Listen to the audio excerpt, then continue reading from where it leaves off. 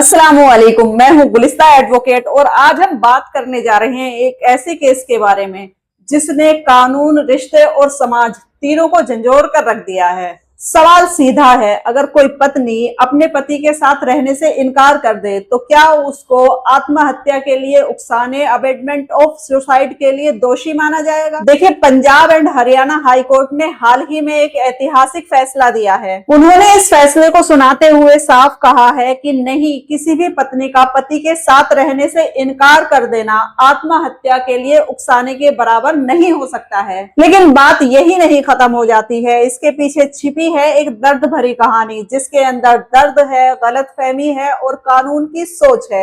आत्मदाह से अदालत तक। ये बात है फाजिल्का के निवासी साहिब सिंह की। ये बात है 2022 की। 2022 के अंदर साहिब सिंह की शादी मेनका मित्तल से हुई थी। शुरुआत में तो सब कुछ ठीक चला, लेकिन वक्त के बीतते बीतते दोनों के बीच में रिश्ते तनावपूर्ण होने लगे और उन दोनों के बीच झगड़े होने लगे। पत्नी का कहना था कि पति हमेशा शराब पीकर घर आता था, पत्नी से झगड़ा करता था, घरेलू हिंसा करता था और ये झगड़े इस कदर बढ़ गए कि दोनों के बीच में अलगाव की स्थिति पैदा हो गई। तो मामला पहुंचा कोर्ट के अंदर। तो 2022 में 12 अक्टूबर को दोनों को मध्यस्थता केंद्र मीडिएशन सेंटर बुलाया गया और मीडिएशन सेंटर के अंदर पत्नी मोनिका से कहा गया कि आप अपने पति के साथ जाकर क्यों नहीं रहती।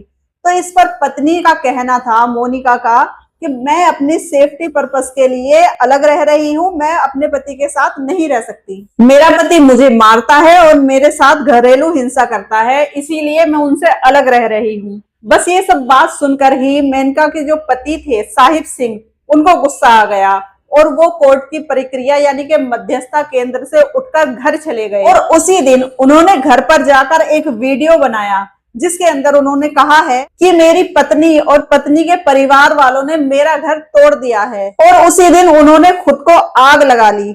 7 दिन की जद्दोजहद के बाद अस्पताल में आखिरकार उनका 19 अक्टूबर को 2022 में देहांत हो गया। एफआईआर और आरोप। घटना के बाद पुलिस ने मोनिका मित्तल और उनके परिवार के ऊपर सेक्शन 306 आईपीसी के तहत यानी कि आत्महत्या के लिए उकसाने के तहत एफआईआर दर्ज कर ली, केस दर्ज कर लिया। मामला क्योंकि 2022 का है, इसीलिए ये आईपीसी के पुराने सेक्शन से डील करता है। भारतीय न्याय संहिता बीएनएस 2023 ये 2024 जुलाई से लागू हुई है। हाँ, तो एफआईआर के अंदर लिखा था कि ससुराल वालों ने साहिब सिंह को उनकी पत्नी और उनके बच्चों से मिलने नहीं दिया था। वो उन्हें लगातार मानसिक रूप से प्रताड़ित कर रहे थे और इसी से परेशान होकर उन्होंने आत्महत्या कर ली। और पुलिस को एक हैंड रिटन नोट भी मिला है जिसके अंदर उन्होंने अपने परिवार वालों को अपनी मौत का जिम्मेदार बताया है। पत्नी की दलीलें। मोनिका मित्तल की ओर से वकील साहब के द्वारा कहा गया है कि मेरे जो मुवक्किल है वो निर्दोष है, क्योंकि साहिब सिंह शराब का आदी था तो वो शराब पीकर घर आता था और जब भी उसको पत्नी से कुछ मनमानी चीज मनवानी होती थी तो वो उसको आत्महत्या के लिए धमकी देता था, डराता था। वकील साहब ने ये भी कहा है कि इस मामले के अंदर पत्नी के द्वारा किसी भी तरह का उकसाना शामिल ही नहीं था, बल्कि उसने तो खुद को सुरक्षित रखने के लिए पति से अलग रहना चुना था। और सबसे जरूरी बात, जिस दिन ये घटना हुई उस दिन दोनों के बीच मध्यस्थता केंद्र मीडिएशन सेंटर में सुलह करने की कोशिश की जा रही थी। वहां पर कानूनी प्रक्रिया चल रही थी, ना कोई झगड़ा था, ना कोई उकसाना था। प्रोसिक्यूशन अभियोजन की दलीलें। वही प्रोसिक्यूशन अभियोजन पक्ष यानी सरकार के द्वारा कहा गया, पत्नी और उसके परिवार वाले लगातार विरोध करते थे। पत्नी को पति से मिलने ना देना और अपमानजनक व्यवहार करना, ये सब मानसिक उत्पीड़न है जो आत्महत्या के लिए उकसाने के समान ही है। और उनके द्वारा हैंड रिटन नोट को सबूत बताया गया।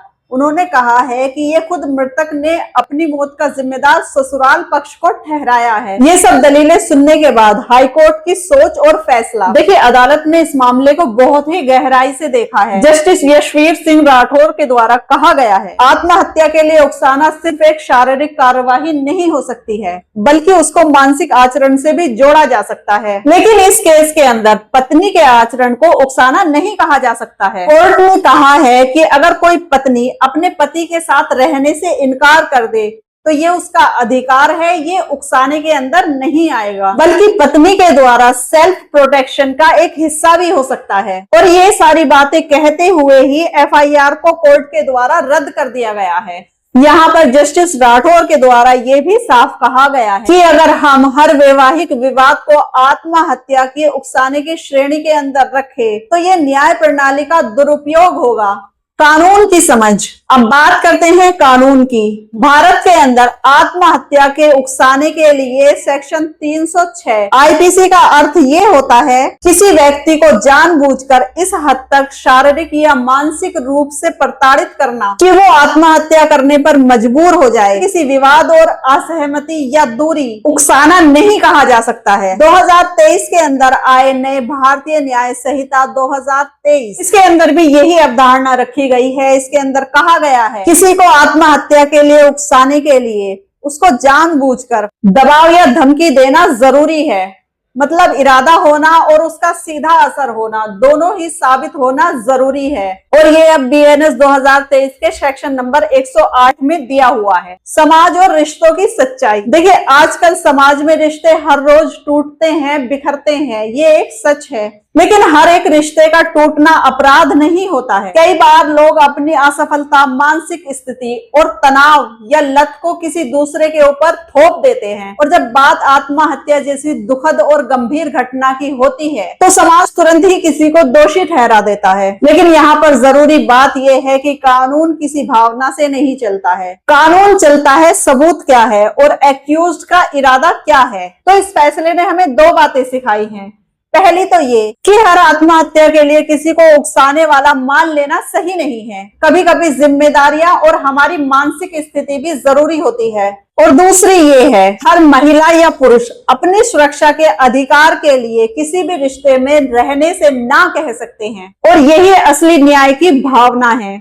तो अगर आप मानते हैं कि कानून को समझना सिर्फ अपराधियों के लिए ही नहीं जरूरी है बल्कि आम नागरिक के लिए भी उतना ही जरूरी है, तो आप इस वीडियो को शेयर करें ताकि हर कोई जाने कि न्याय सिर्फ सजा ही नहीं है बल्कि समझ भी है। तो आई होप आज की इस वीडियो से आपको काफी कुछ जानने के लिए मिला होगा।